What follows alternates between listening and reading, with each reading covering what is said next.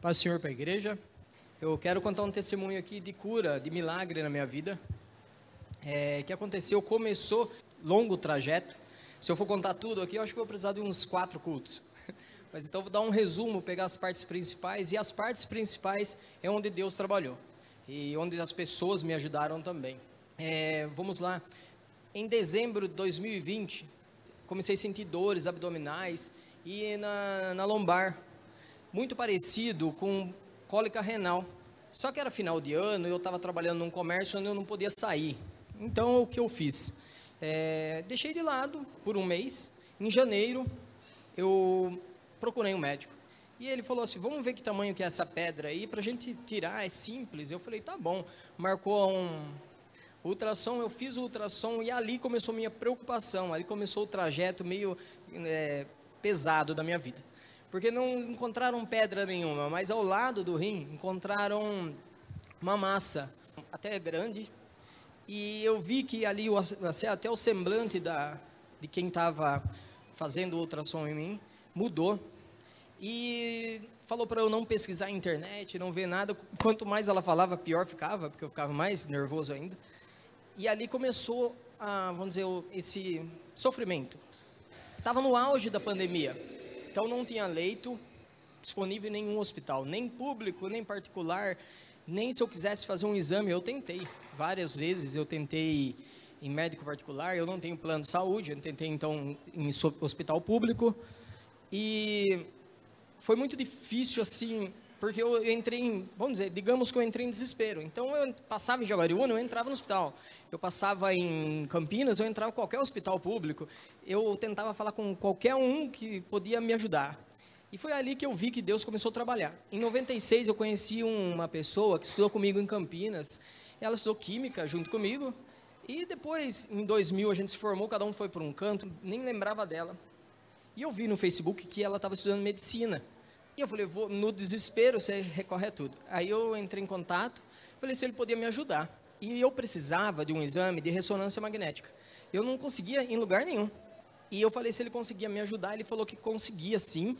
E ele estava, na época, ele estava estudando e trabalhando na Bolívia. Então as chances de eu encontrar ele perto aqui eram mínimas. Mas bem na época que eu precisei, ele estava trabalhando na Posse e em Pedreira. Então eu já vi que é o preparar de Deus. Preparou ele bem no momento que eu precisava, no que eu precisava, e ele conseguiu realmente um exame de ressonância no hospital público. Eu fiz, só que daí a saga ali continuava, né? Porque, tô com o exame em mãos, eu não sei analisar, ninguém sabia muito bem, então eu levei alguns médicos, e o negócio era meio complicado, porque ninguém sabia dar um parecer certinho do que era, mas era grande. E eu entrei assim, fui confiando em Deus, porque eu já vi o trabalhar de Deus, algumas coisas foram acontecendo, que eu vi que Deus estava no projeto. Uma das coisas, até não posso esquecer, que eu tô com medo de esquecer as coisas, não, mas eu volto. O pastor Carlos, que pregou aqui uma vez, não sei quem lembra, eu fui na igreja dele nessa época, eu estava com muita dor, acho que eu estava tomando codeína, que é um remédio bem forte para a dor, eu estava tomando todas as noites, mesmo assim não passava a dor, à noite eu não conseguia dormir. E eu fui na igreja, nesse períodozinho aí, entre o ultrassom e a ressonância. Eu lembro que ele falou assim, tem uma pessoa aqui com uma dor imensa, principalmente à noite, não está aguentando, mas só que Deus manda falar que é a última noite que ele vai estar com dor. Ele vai dormir essa noite ainda com dor, mas quando acordar não vai ter mais. O tratamento, ele falou, vai continuar, mas a dor para incomodar não vai. E foi justamente o que aconteceu, de um sábado para um domingo, eu fui dormir, era umas 2 da manhã, quando eu acordei até tarde, porque eu estava acordando muito cedo, a dor não deixava eu dormir. Às 10 da manhã eu acordei sem dor, até eu estranhei, e eu ficava me mexendo até voltar a dor, eu queria que voltasse, porque era normal ter dor, porque não estava. Comecei a ver que Deus estava no negócio mesmo. Nesse período eu comecei a procurar, até que eu pensei, Unicamp.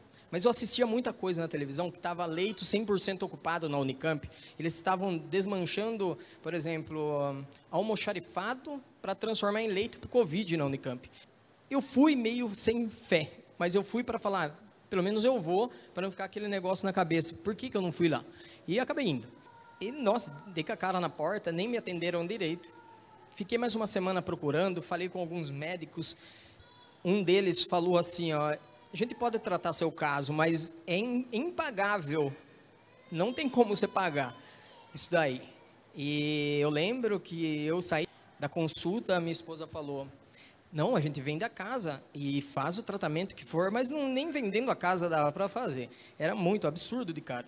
E aí do nada, eu falei assim, eu lembro que era uma tarde, de quinta ou quarta, eu não lembro, mas eu lembro que foi a tardezinha. Eu falei, ó, prepara todo mundo, vamos para a Unicamp agora. Eu falei, não, mas acabamos de chegar de lá. É agora, tem que ser agora e agora. E todo mundo meio assim, pensando, tudo bem, vamos fazer o que ele quer. E fui. E nesse dia, Deus abriu a porta. Porque estava muita gente lá fora, esperando no pronto-socorro. Muita. E todo mundo reclamando. Tinha pessoas que estavam já 3 dias lá dormindo na porta lá e não conseguiam atendimento. Mas por Deus, aí entra Deus, né? Num corredor, um médico passou, me viu. E por curiosidade, foi até meio quase esbarrei nele. Ele falou, o que você tem? Eu falei rapidamente, ele falou, entra ali que eu vou te atender. Foi uma coisa assim meio absurda. E eu entrei. Ele falou, eu não vou falar os detalhes, que é muita coisa, mas ele falou rapidamente comigo que ia me ajudar. E eu precisava de uma biópsia, mas a área da biópsia da Unicamp estava fechada. Desde dezembro, e isso já era final de janeiro, nesse processo. E ele falou, mas tem um amigo meu que eu estudava com ele, e ele trabalha aqui. Ele já fez biópsia, já trabalhou nessa área. E ele ligou, eu lembro, mandou um áudio do WhatsApp, ô Vitor, você tem como fazer isso com um amigo meu, tal. Ele falou assim, manda ele vir aqui amanhã.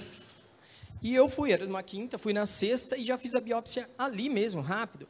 Eu até comentava, falei, tá mais rápido que o Albert Einstein, e sabe, muito rápido. Porque eu falava num dia, no outro dia acontecia, aí muito rápido. Eu lembro que eu fiz a biópsia, precisava esperar mais ou menos uma semana para saber o resultado. E aquilo me incomodava, não a dor, mas a preocupação do que tinha em mim. Eu não sabia o que era, podia ser um tumor benigno ou maligno. Mas eu coloquei na cabeça que era benigno. E fiquei até uma semana tranquilo, até que não fiquei tão chocado.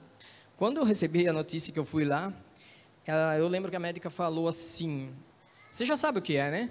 Eu falei, eu sei que é uma massa, um tumor, mas provavelmente benigno. Ela falou, não, Paulo, é maligno, está no estágio 3 avançado, e foi falando bem frio assim, sabe? Ela já pegou bastante área do seu corpo, está em metástase, e aí o chão foi se abrindo, né? Falou assim, ó, na equipe médica ali, eles falaram, tinha pegado o meu intestino, as veias do coração que vai para o intestino também, os 2 rins, 2 vértebras da espinha, medula óssea tinha afetado também, pegou o coração com a aorta, então eu tinha pegado toda a minha região abdominal e estava subindo. E foi meio, assim, bem impactante. E para ficar mais pesado, ela falou assim que você vai ter que aguardar na sua casa, a gente vai ligar para você quando tiver vaga. Mas não ia dar tempo. Eu sabia que não ia dar. Eu estava emagrecendo, hoje eu estou com 70, tá bom assim, mas eu tinha 83 quilos, estava um pouco gordinho. E em 26 dias eu fui para 58 quilos, muito rápido. Eu vi que eu não ia aguentar. E eles viram o meu desespero. Aí entra Deus de novo, porque uma mulher entrou na sala bem na hora, ela se compadeceu de mim, assim, eu vi que ela teve compaixão, ela falou, vou tentar te ajudar, vem comigo. Eu andei um corredor e cheguei na área da oncologia, que era pacientes com câncer. E uma mulher muito bacana, ela me conseguiu colocar tipo um bálsamo na minha preocupação, ela me tranquilizou. Ela falou assim, ó, senta aí, Paulo, a gente já sabe o nome e sobrenome do seu câncer e já tem o plano perfeito para destruir ele. Eu falei, tá bom, não fiquei feliz, mas fiquei menos tenso, né? Mas eu vi que era para eu esperar meses entre esse processo de uma sala onde eu descobri que o câncer era maligno até chegar na oncologia, era para eu esperar no mínimo uns 5 a 8 meses. Mas essa mulher entrou na sala bem na hora que eu estava e me trouxe, então em menos de 10 minutos eu estava na oncologia. Então de 6 meses para 10 minutos, não tem como não ser Deus, fora os outros processos. E falou assim, ó, Paulo, é o seguinte, a gente vai ter que começar com quimioterapia. Eu nem sabia o que era, nunca pesquisei, ninguém pesquisa, né? O que é quimio? Ninguém pesquisa, fiquei sabendo na prática mesmo.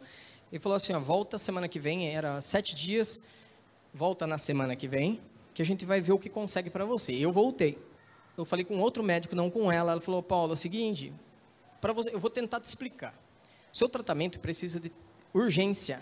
Se não começar daqui 2 semanas a quimioterapia, nem adianta mais começar. Aí você vai ter aproximadamente 6 meses de vida, e é assim mesmo, eles falam bem, eles são obrigados a falar, pelo que eu entendi, tudo que você pergunta. E eu caía na besteira de perguntar, né?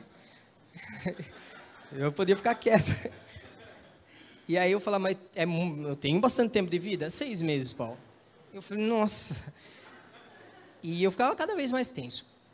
E aí ele falou assim, ó, para você ter uma ideia, e esse ano você não consegue mais, era em 2021 já, ali março, fevereiro. Você não consegue mais, Paulo.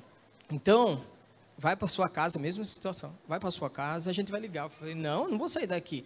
Eu até estava tão neurótico que eu falei, não, me trata aqui na sua sala mesmo, põe um negócio da químio aí, eu não vou sair. Desesperado, ele falou, aguarda um pouquinho que eu já volto. Nisso, eu ajoelhei no chão e clamei a Deus, o mesmo Deus que vinha já cuidando de mim. Se eu prestasse atenção, eu não precisava ficar nervoso, mas quando a gente está na situação, é muito complicada, não tem como não ficar. Então, cada notícia que eu recebi era um impacto.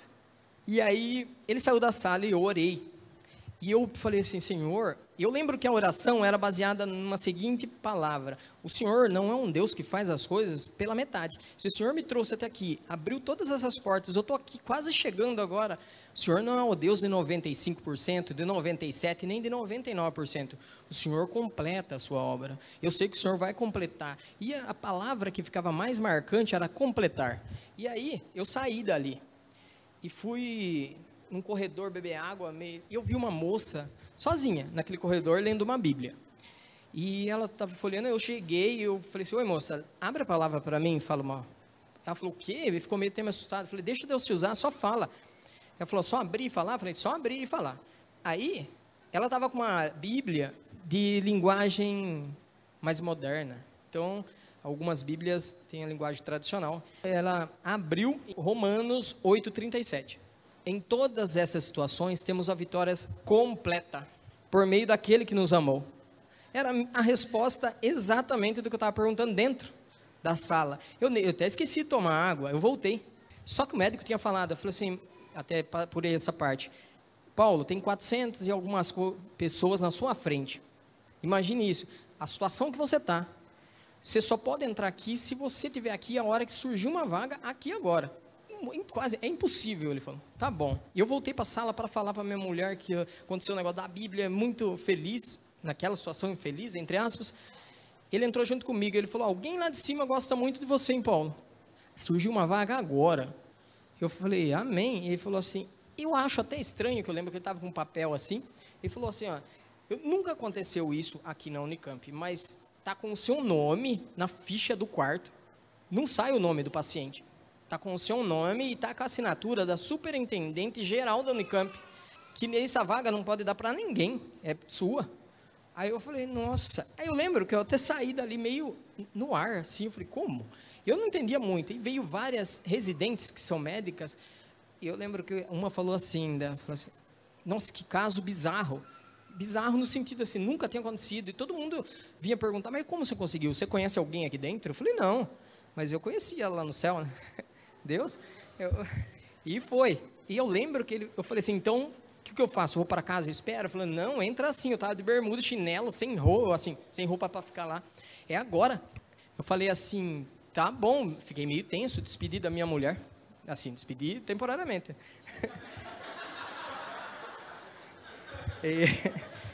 E aí, olhei para minha filha ali, fui carregando até ela na entrada, mas na hora ali, sei lá, né, ficava pensando mil coisas. Aí tem uma coisa também, minha filha, quando eu descobri, estava com 3 meses de idade. Quando eu descobri 3 para 5, porque é 3 que eu falo quando eu descobri as dores, mas quando eu descobri o câncer, ela estava com 5, 4,5. Então, para mim, era uma dor, além da minha família, uma dor intensa para mim, porque eu queria ver a minha filha crescer. E na minha cabeça, lá no fundo, alguma coisa, você não vai ver sua filha crescer. E eu sei que é a voz do inimigo querendo me perturbar. Voltando onde eu estava. Eu fui internado aquela noite, eu precisava fazer uma cirurgia até simples, que é o quê? Eu vou tentar explicar. O câncer, ele é pequenininho, é do tamanho de menos de um feijão. Assim. O câncer chama primário. Só que ele solta substâncias e cria-se uma massa, que seria a massa tumoral. Ela que espalha, faz a metástase no corpo. Então, se tirasse aquela primário, a sementinha do mal lá, já ele não produziria com tanta intensidade, mas a massa continuaria ali. E ele falou assim, você vai precisar fazer uma cirurgia, Paulo, mas está complicado. Mesma situação que você não vai dar só daqui 4, 5 meses. Mas enfim, vamos fazer a químio primeiro.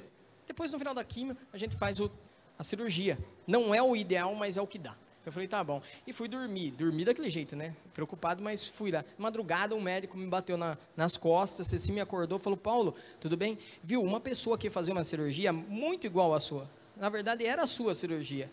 Ele não vai vir. E agora é madrugada. Eu não tenho como ligar para ninguém agora que está na fila, no primeiro ali da fila. Que ninguém vai se preparar para vir agora. E você está aqui. E a mesa está preparada exatamente para a sua cirurgia. Eu falei, então sou eu. E fui. Madrugada, lembro que eu acordei de manhã e fui, fiz a cirurgia, até rápida. Beleza, terminei, era umas 9 da manhã que eu acordei. A químio já estava preparada, meio-dia eu comecei uma químio. Eu tomei a quimioterapia, uma das mais, eu acho que é a mais forte. Conheci muito como é o processo lá. Eles falam popularmente a quimioterapia vermelha, que é forte. Eu via que eu entrava primeiro que todo mundo na Unicamp e eu era o último a sair. Todo mundo tomava a químio 1, 2 horinhas. A minha era das 7 da manhã às 2 da tarde. E a mais forte. Então, nossa, foi muito pesado, muito, muito, extremamente. Entre uma quimioterapia e outra, eu tive baixa de imunidade, tive que tomar bolsa de sangue, um processo muito complicado.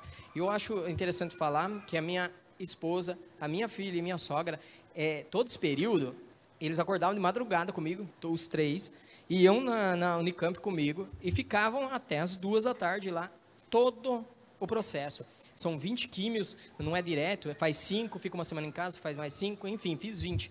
Esse processo durou uns 4 meses, um pouquinho mais. Eu tive que parar para tomar bolsa de sangue e outras coisas. Terminei a químio, fiquei acho que uns 4 meses em casa. Na minha cabeça tinha sumido o câncer. Só que daí eu fiz uns exames e o câncer estava lá ainda, menor, mas estava. E aí que entrou um processo de faz cirurgia ou não faz cirurgia. Aí me foi colocado a mim, e principalmente a minha esposa, é assim, ó, se ele não fizer a cirurgia e esse tumor crescer novamente, não tem mais nem o que fazer, nem químio mais. Porque a químio já usou tudo. É como se fosse uma bomba atômica que joga no seu corpo, quase te mata para poder matar o câncer. Se eu tivesse mais um processo desse, era muito pesado. Então a gente vai fazer um processo cirúrgico. E aí era uma escolha. Não fazer a cirurgia, e aí eu tinha poucos meses de vida também, se esse negócio crescesse de novo, ou fazer a cirurgia. Mas aí a porcentagem, eles usam muito porcentagem. Eu tinha que eu vi depois, pra falar a verdade. Minha esposa viu. Menos de 5% de chance na cirurgia. Porque eles ramificou para todo o corpo. Eles tinham que cortar muita coisa, tirar muito pedaço. Eu não ia sobreviver assim, pelo que eu entendi. E tanto é que 3 equipes iam fazer minha cirurgia. Eu não sei o nome daí, os termos técnicos lá. Biliar, mais alguma coisa lá. 3 equipes. 2 não quis muito fazer, não. Desistiram. E um médico lá falou, não, a gente faz. E eu lembro que fui para a cirurgia, fui internado, o pastor foi lá, né, pastor? Um dia antes, quando o pastor foi lá, eu falei, pronto, uma despedida. E levaram eu na capela ainda lá, tem uma capela da Unicamp, e tudo era despedida mesmo, porque eu tinha um rapaz do meu lado, ele estava deitado, eu falei, é normal a gente estar aqui, né, esperando a cirurgia, e a gente poder sair lá na capela? Eu nunca vi isso aí, não. Eu falei, então eu vou embora mesmo. Eu lembro que ficou o pastor assim, no primeiro banco da capela e minha família atrás. Eu falei, nossa, pesado. Ao mesmo tempo que eu via uma situação, eu relembrava outra. Mas e Deus que começou o processo? Não tinha lógica. Como que ele ia começar um processo para depois não ir até o fim? E eu fiz essa cirurgia, demorou 6, 8 horas, não lembro. Não lembro porque eu não estava acordado, mas é mais ou menos isso. E na hora de voltar, eu não voltava. Então, meus órgãos todos, coração, acho que só o cérebro ficou funcionando, mas todos os meus órgãos paralisou. E eu entrei em coma. Então, eu fiquei no aparelho. Assim, todos os órgãos dependiam de aparelho para funcionar. E eu fiquei em coma e dali esse período, para mim, foi tranquilo, porque eu não estava vendo nada. Para minha família e tal, eu fiquei de quinta a sábado. Aí eu acordei no sábado. Acordei até assustado, porque é desesperador mesmo. E agora, para fechar, assim, eu tentei resumir, mas se alguém quiser saber mais detalhes, eu estou à disposição, porque tem muita coisa que Deus fez nesse processo. Eu até estou tentando lembrar se eu estou sendo injusto com alguém, porque Deus usou muitas pessoas no processo.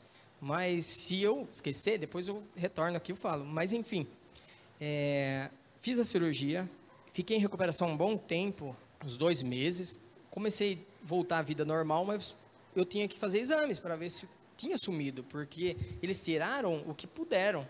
Mas se tivesse um resíduo que seja pequeno ali, ele ia crescer de novo, porque ele pega, assim, o meu jeito de falar, pega as células lá que estão do lado e vão contaminando as células, cresce tudo de novo. E para a glória de Deus, eu lembro que foi pertinho de dezembro, eu fui lá, nem era para isso, eu fui pegar um laudo lá. Ela falou assim: Paulo, eu tenho uma notícia boa para você. Aliás, é um presente de Natal. Eu falei: pode falar. Ela falou assim: está 100% curado. Glória a Deus. E é estranho, porque eu falei: não, tem pegadinha, vai falar alguma coisa no final, fica vendo. Mas não é, estava curado mesmo, eu fiquei assim, espantado. E sabe, esse testemunho que eu estou dando aqui, eu lembro que na porta da Unicamp, lá atrás, quando eu estava, eu falei: Senhor, se o Senhor me livrar dessa situação, que para mim não tem como, é impossível, eu vou dar testemunho na igreja. E aqui estou, para dar o testemunho e mostrar que Deus, Ele tem o poder de fazer o que a gente considera impossível. E se a gente prestar atenção nos detalhes da vida, no cotidiano mesmo, aquela situação que se você acha que não dá, é impossível, eu não vou tentar mais. Mas se você perceber, Deus está ali sutilmente mexendo alguma coisinha ou outra para dar certo. E se não deu certo, é porque não era bom. Mas para mim, o que eu posso falar é que glorifico e exalto o nome de Jesus pela minha cura. E é isso.